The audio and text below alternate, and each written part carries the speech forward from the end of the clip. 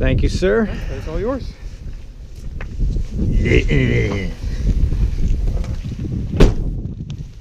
All right, so it's the big black one.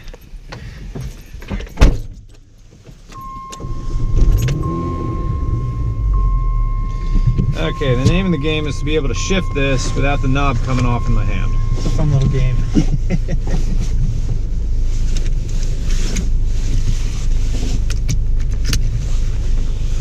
Alright, so reverse is up in front, and handbrake goes all the way to the floor. The tachometer doesn't work either. Nope. So I don't know how fast I'm going, and I don't know how fast the engine's going. Nope. It's all sound. I have weird sounds coming from many different parts of the car. There's a bushing or something in the rear that is making a noise.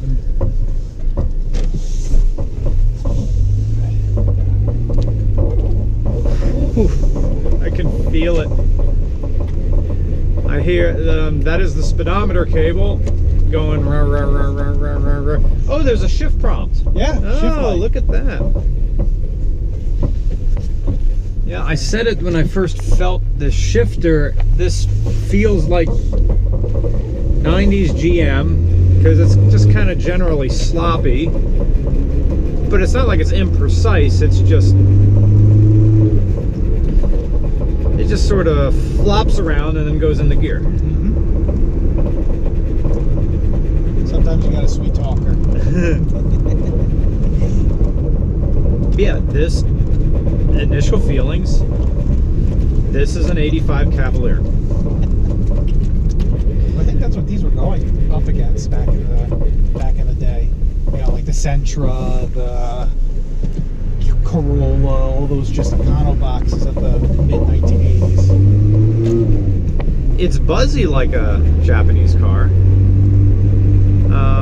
It's not really afraid of revving. Here's some railroad tracks. So bad fine. I guess I'm in second. Yep, in second. Wow, you get to listen to that all the way back to New Jersey. Yeah. That's why I just turn the radio up as loud as I can. Just drown it out. It's sort of this Encore has the... Is the door just not closing all the way? What am I hearing? This window doesn't really, it's not really closed all the way, and then also the door latches. I've been playing with it. It doesn't like to close sometimes, so sometimes you'll hear the wind noise coming in, like of the traffic and everything. This car has the outer dimensions of a what? Of a Ford Escort, really. Yeah. 85. That's actually what my mechanic, when I first brought it there, he was just like, "Is this an Escort?" I says, "No, it's a Renault." He goes, "What?" I'm like, "Renault." And he's like, he looks at it, he's like, "I remember these. I used to work on these when they were brand new, and they were shit."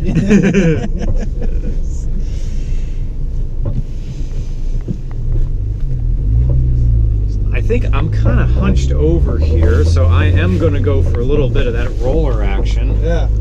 And that... Oh, it's the other one, I think, on the side. Yeah. Oh, that's moving frontward and back. I'd say check the front. I think it's the front one.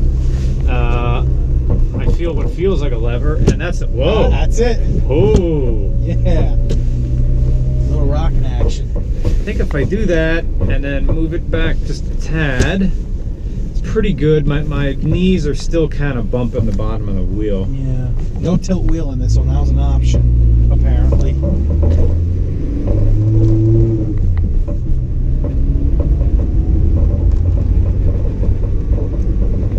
Yeah, I'm gonna unroller my wheel. But now I'm kind of hunched forward. I would really have to play with this thing. Yeah. A whole bunch to... No. Do you want to adjust the seat back too? No, my seat back right now is fine. Okay. Does the steering wheel go up? That's a negative. Oh, so the seat moves a whole bunch of ways around. Not the wheel. But the wheel is immobile. Yep. Fixed wheel. We're gonna drive a little bit on a performance road. Okay.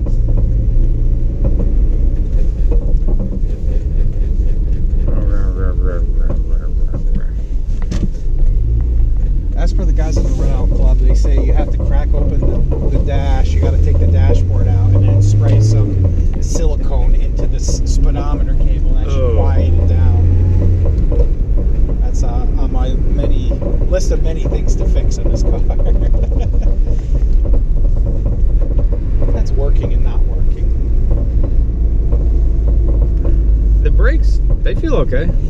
Brand new pads and rotors. Ah. The guy I bought the car from, he got it running again. So the story goes, this car was sitting for probably 15 years in a garage in Connecticut. Okay. And so I actually found the Craigslist ad for it. I posted it all over the place, and the guy I bought it from, he was the first one to get there to buy it. And I was away on a business trip, so I couldn't drive up to Connecticut to look at it. Yeah.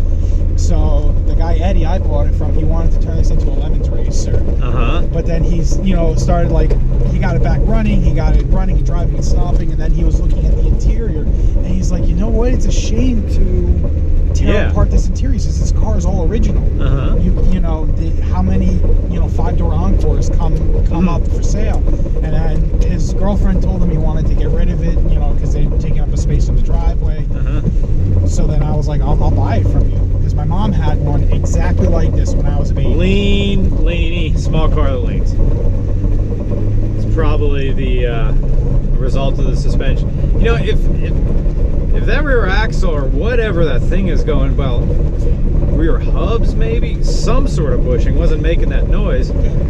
It's making me feel that it's a choppier ride than it really is, where in reality it's no different than really any other car from the 80s. Honestly, I'd say it rides a little bit better. Yeah. Well, supposedly that's what they say. The French make comfortable cruisers, and I think it shows in this little guy. Yeah. It's a little bit odd for having a car from the 80s with slightly skirted rear wheels, but again, French.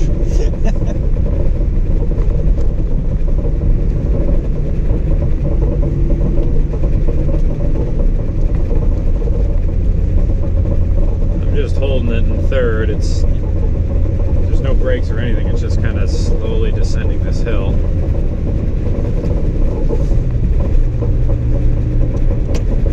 How long have you had it? About a year now, actually. Okay. Did you take it out in the winter? Well, we are in the winter, but I guess I mean snow. I've only driven it in the snow once, and I had to move it to clear out for them to plow. So I kind of took it out a little bit, and it wasn't bad actually. Okay. But I really, this is more like my toy. I got a Subaru as my daily driver, but another turn.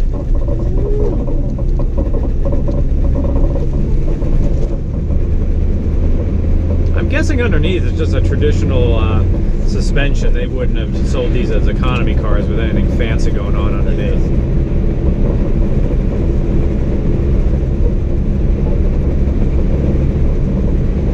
These were built for, just good fuel mileage, really, just to be comfortable.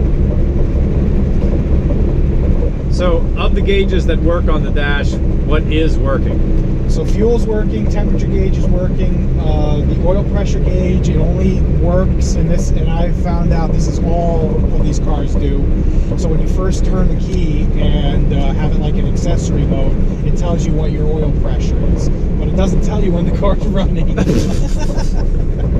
Okay, so your car is off, so oil pressure is 0. Thanks for that. This bit of road is interesting in the summer because it becomes blind because they plant corn right to the edge of the road. Oh jeez. Can't see nothing. Oh, right-hand drove. Nice. Oh, the blinkers. So the blinkers work, the lights work. So essentially it runs, it drives, it stops. And just this, and the speedometer does work. It just when it wants to. I'm trying to correctly double clutch on my way down, or at least rev match or something. But again, without a tack, it's kind of tough. Kind of flying in blind over here. Yeah. Right now I'm in third. My foot is on the floor. That is full power of this slight hill.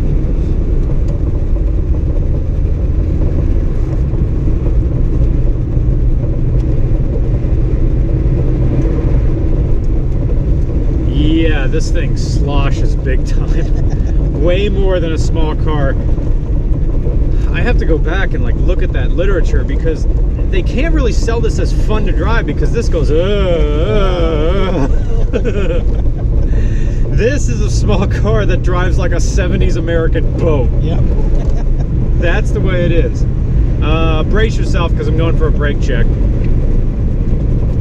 Dives, yes. Yep. Dives, yes. All right. I gotta remember that. Okay. It's an economy car that has the road mannerisms of a Lincoln Mark V. Like an old Pontiac. Chevy Celebrity.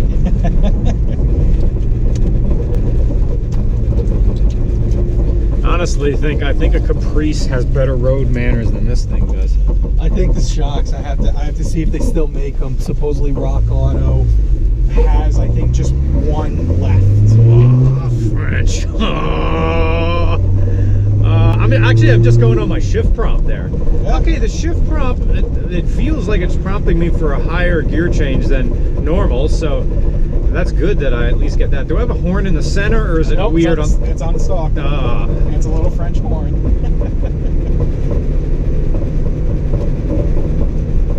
It's like my mom's MG from 1975.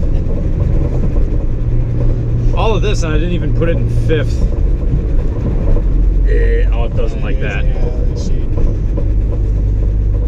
like I was telling you guys, if I'm on a back road, like if I'm on 222, just leave it at fourth or fifth, and at 50, and she's happy as a clam. Nice. So you don't really use fifth until highway, really, until you're up to whatever speed you're going. I mean, you have your phone, and you have like a GPS app. You have Waze; it'll tell you how fast you're going. Yeah. Honestly, more accurate than the speedometer ever could if it was working. It did work when I bought the car. I think so. It's just the plastic, the needles melt, and there was actually a recall on these in I think '84. So they would change the needles to like a stronger plastic so it wouldn't warp.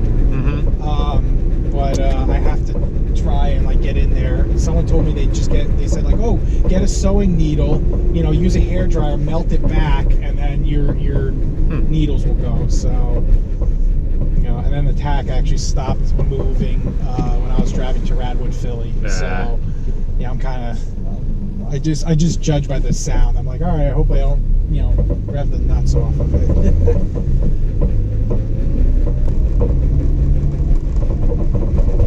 If it weren't for a million little everythings, it's a great car. It's French.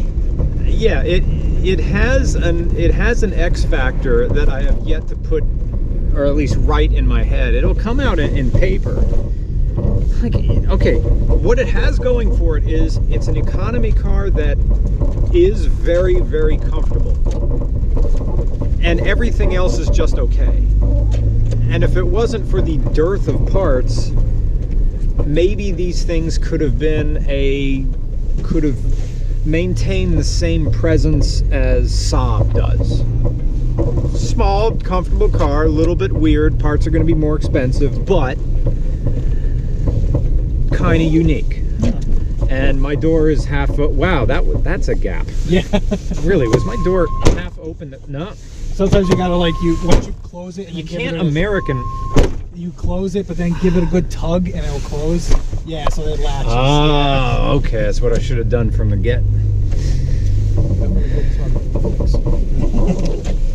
You know what? What's my turning radius? Curious.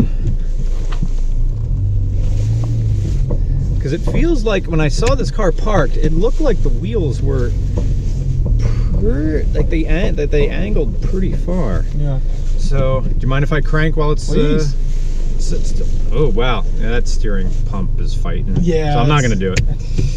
First gear, roll a little bit, full crank, and you know what? That's a pretty tight turning radius. I gotta say, that's good. That's really good. All right, so that's one thing it does really well. The front wheels turn really far, and its turning radius is pretty damn good. This thing's so easy to park. I absolutely love parking this on the street because I can fit it anywhere. That is really good. Yeah, that is something that American cars should have. Look at that. Okay. All right. So small car, comfortable riding. Shifter is whatever. Engine is more economical than what you think, and the turning radius kicks ass. Awesome. Thank you, Steve. Thanks, sir.